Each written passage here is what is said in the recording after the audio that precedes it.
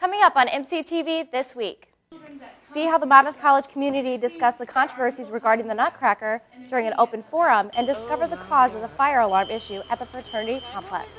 This week starts now.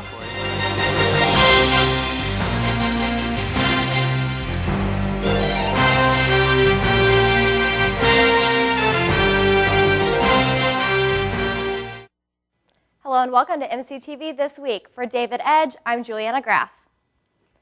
The Christmas production of The Nutcracker debuted on November 19th, but not without controversy. Directed by Assistant Professor of Theater Vanessa Campagna, June Walker's Rogers stage play centers on a young girl named Clara. After her Nutcracker comes to life, Clara helps the Nutcracker try to regain his crown from the evil Mouse King. During the adventure, there is a scene of celebratory dancing called the Enjoyable Diversion, and these cultural dances are the center of the controversy. The week before the play debuted, signs went up alongside play posters asking for a boycott of the play from anonymous protesters charging alleged racism and the portrayal of the cultures during the dances, such as chocolates in the Spanish dress doing a Latin dance and Chinese tea doing a traditional Chinese dance. Another concern centered on the casting of minority actors, as these characters, who in the initial dialogue have thick accents. Soon posters appeared from unidentified theater actors, one stating that a play should not be judged until seen, and another asking that concerned people talk directly to play members.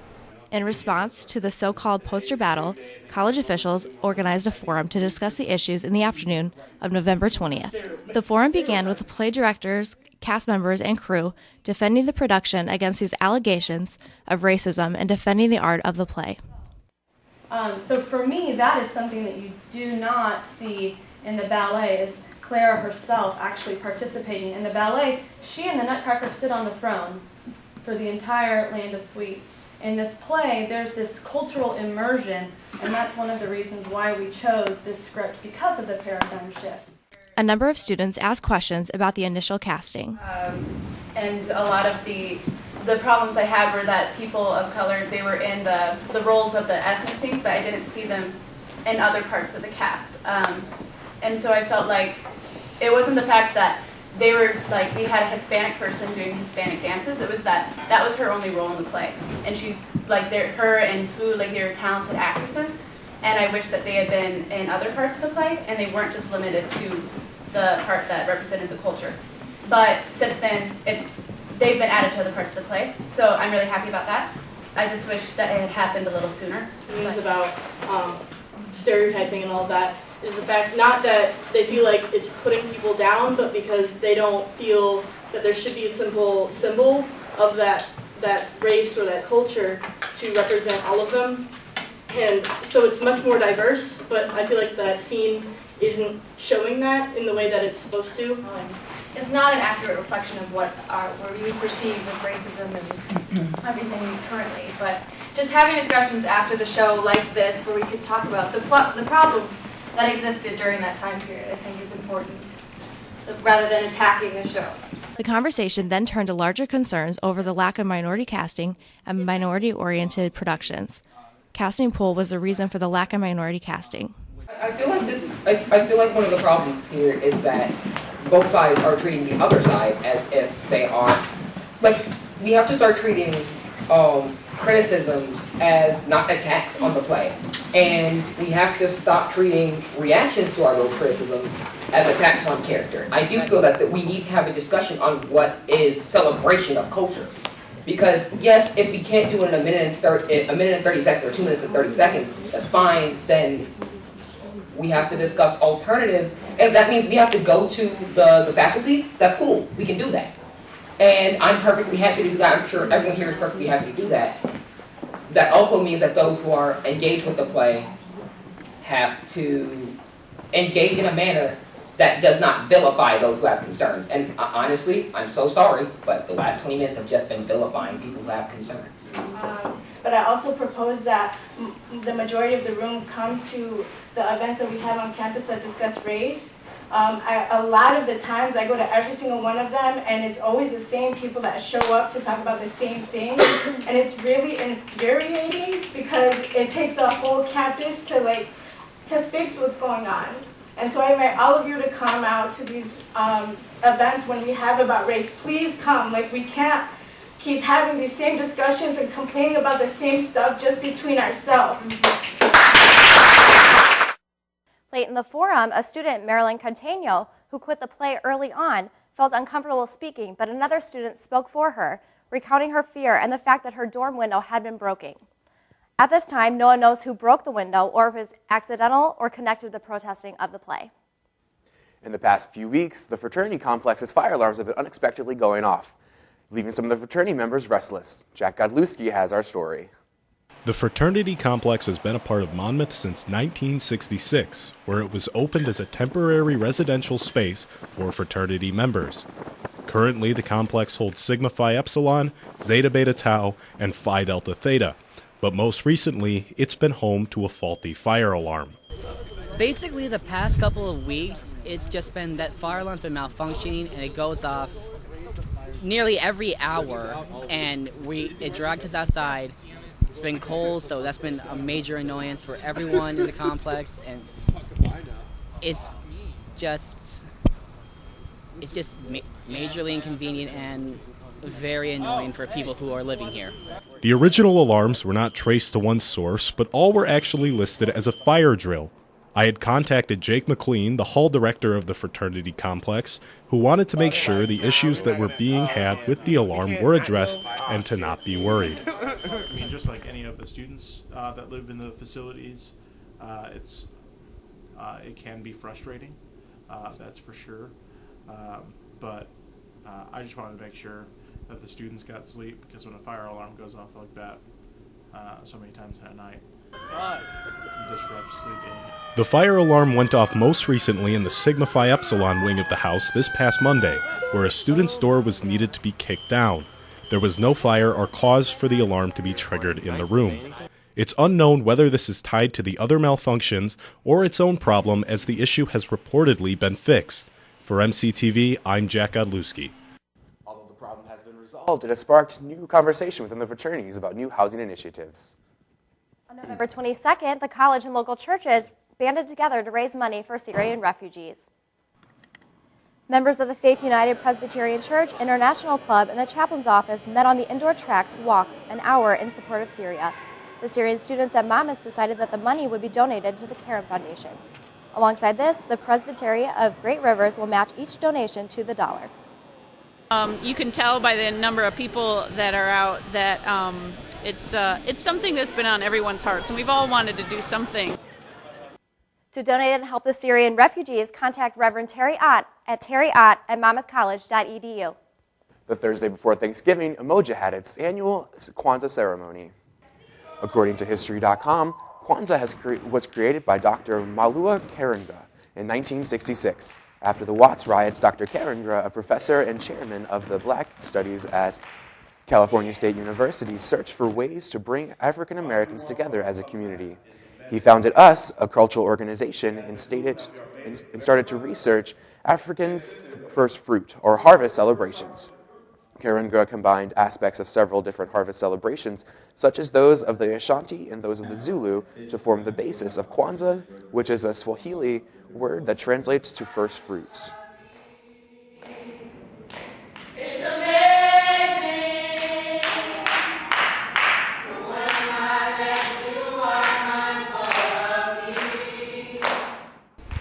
Umoja is a unity group on campus. We like to inform people on African American culture, history, everything, in order to help unify different communities on campus. And we would like everybody who's watching this to come out to Umoja events.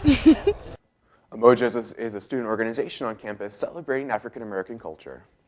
The latest Monmouth Associates lunch featured a discussion of the mistrust of science.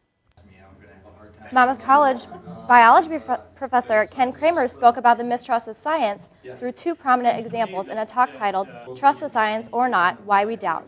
He used climate change denial and the anti-vaccination movement to discuss why science is mistrusted. The Associates program is a monthly luncheon that invites community members to a discussion and lunch on campus. Tuesday before break, the Heart of Illinois Wind Quintet brought music to the Monmouth campus and its community. The quintet featured Randy Lancaster on the flute, Dr. Nancy Gillett on the oboe, Cheryl Dietenbrock on the clarinet, Philip Lancaster on the French horn, and Grant Gillett on the bassoon. This group was started over 20 years ago and performed at Utica College once a year. They also have done performances at a variety of colleges and local. I think it's a great idea to have these types of performances on campus because they show not only our students but also the faculty members, our staff members, and also the community what types of opportunities for music making there are out there.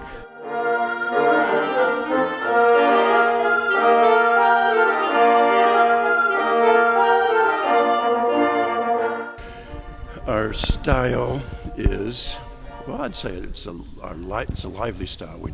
Our repertoire is mainly classical, but we do a wide repertoire. Like tonight, we did some jazz influenced stuff and some lighter stuff. But so from Baroque all the way to 20th century. This event was sponsored by the music department. The Palatine East Pottery Project was the topic of the last archaeology lecture of this semester. The PP is a long-term research project into pottery excavation from the northeast slope of the Palatine Hill in Rome. This talk discussed the summer work on clarifying and characterizing the fish sauce, amora, in the Iberian Peninsula. An amora is a two-handled vessel for holding oil, wine, or other liquids. The Classics Department and the Archaeology Institute of America Western Illinois Society sponsored the event. Taking a look at some events on campus this week. This evening, ASAP is hosting the annual holiday banquet in the Stockdale Center main dining room from 4:30 to 7. Students will have a variety of holiday favorites to eat. Tomorrow evening at 9, the INTG 409 course is hosting a girls' night out in the Huff. This event will take a look at stereotypes in the effort to redefine what it means to be a girl. On Saturday from 11 to 2, the Monmouth College Theater Department will present Living Windows and Holiday Festival in downtown Monmouth. The event will feature scenes from the Nutcracker and a variety of holiday activities, including holiday crafts, cookie decorating, and showing of the beloved holiday films hosted inside the Fusion Theater. Admission for this event is free. Up next on sports, Fighting Scots women's basketball welcome a new head coach.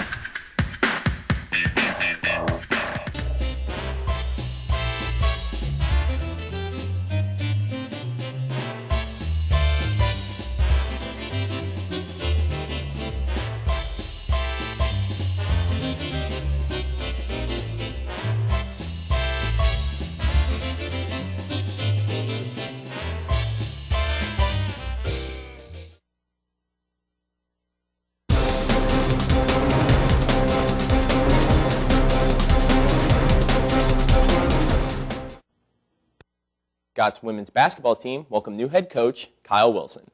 Coach Kyle Wilson is the 11th head coach in the 42-year history of the Monmouth College women's basketball program. Wilson got his start as an assistant in Division III before taking the same position at a pair of Division II schools before coming to Monmouth.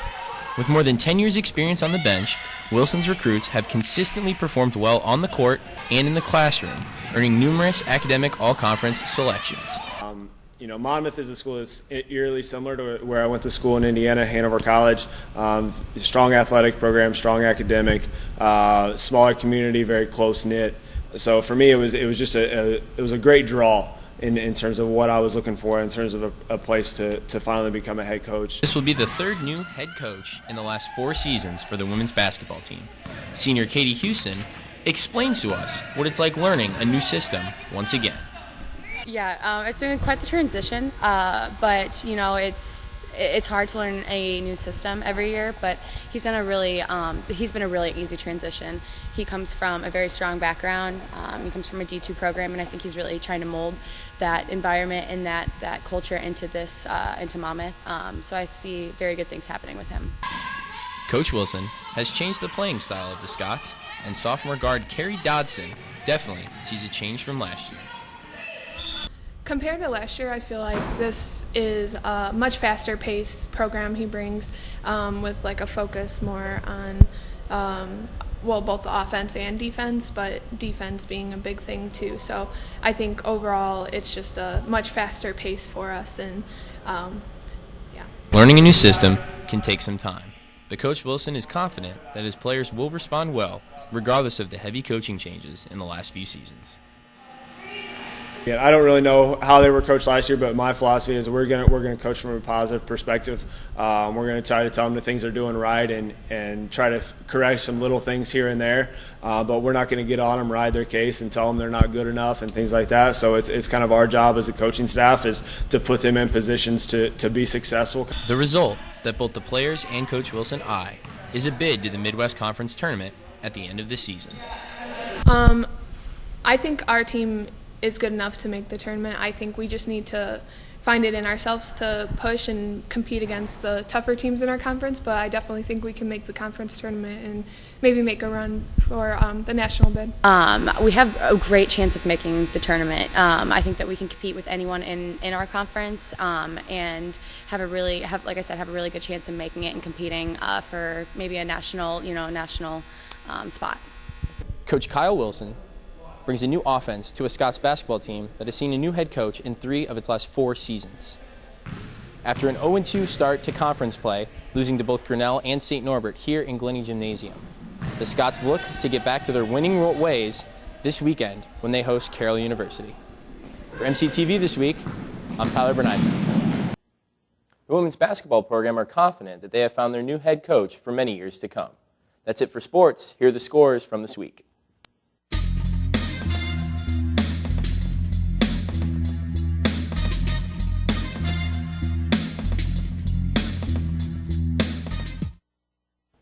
For MCTV This Week, I'm Tyler Berneisen. And I'm David Edge. Make sure you tune in again next week for another new edition of MCTV This Week. And I'm Juliana Graff. You can also find us on the web at monmouthcollege.edu/MCTV. See you next week.